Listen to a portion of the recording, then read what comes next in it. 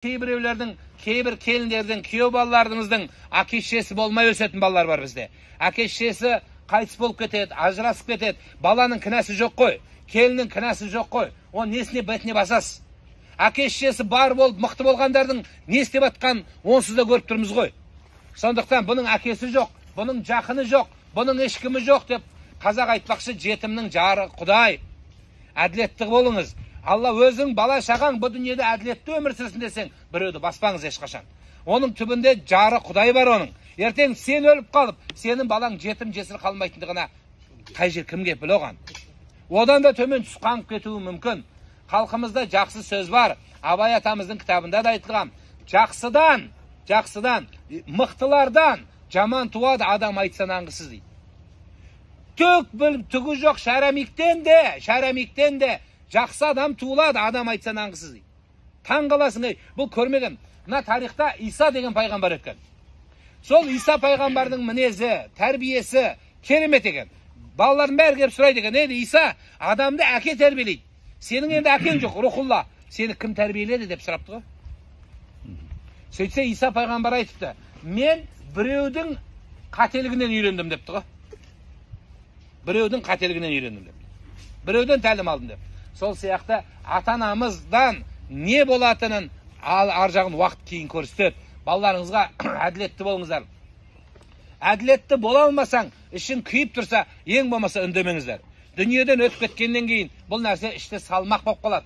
Қазіргі сіздердің заманыңыздағы, апаларымыздың, аналарымыздың заманындағы кішіпейілік, сол замандардағы түсіну, сол замандағы кешірімдік қазір адамдарда жоқ, мен сіздерге айтайын.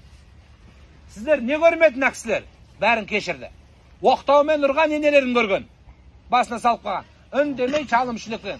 Қазір ол тұрмақ бір ауыз сөз көтеремейді. Мен кешірамай жүрмін дейді бір келін. Баласы жап жақсы, шешесі албасты депті ғой. Тап сондай заманда тұрмыз қазір біз. Сындығы сол ол. Күлсеңде жыласақ та сол ол. Сіз ойлайсыз, о да тұрған іштенгі жоқ қараңға шыдайды, ол өлмейді ол деп. Олардың қазіргі келіндердің мына миының мына желкесінің осы жағында ма, осы оң жағында где-то бір флешкасы бар. Сол флешкаға бәрін жазып жатыр бұл. Біз ойлаймыз, іштенгі жоқ деп. Жазып ол өшпейді, оны вирус алмайды бәлені. Сол флешкадан бір күні шығарады ол бәрін.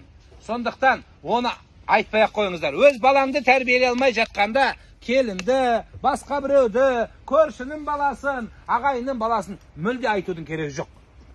Біз өзімізшіл ел халқымыз. Бәрін өзіміз деп елімізде ұрсамыз, өзіміз деп. Сөйтсе, оның ана жақта шешесі, әкесі басқа біреу ұрсуға болмайды екен да. Сонда бөліну осыдан басталып жатыр. Қайта тарт, тамағың бер, жақсы сөзіңді айт, қызметін жаса, сөйтіп шығарып тастағаннан артығы жоқ. Егер өзіне керек болса, ол өз тартылады. Білім де, тәрбие де мұсылманның жоғалтқан малы деп пайғамбарымыз. Қай жерден көрсе, өз тартылу керек сенен. Сенен айтшы маған деп бүйтіп келсе, сонда айт.